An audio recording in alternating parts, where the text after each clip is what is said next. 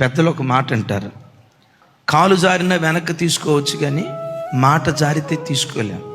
మా కోడలను పెట్టుకుని, నువ్వు అస్సలు మంచిదానివి కాదే, నువ్వు పుండాకోరు దానివే, నువ్వు అక్కడ మాట ఎక్కడ పెట్టి ఇవన్నీ చేస్తావు, మాయదారిదేనా, నీ బుద్ధి అసలు మీ అమ్మ నిన్నట్ట అని అన్నా.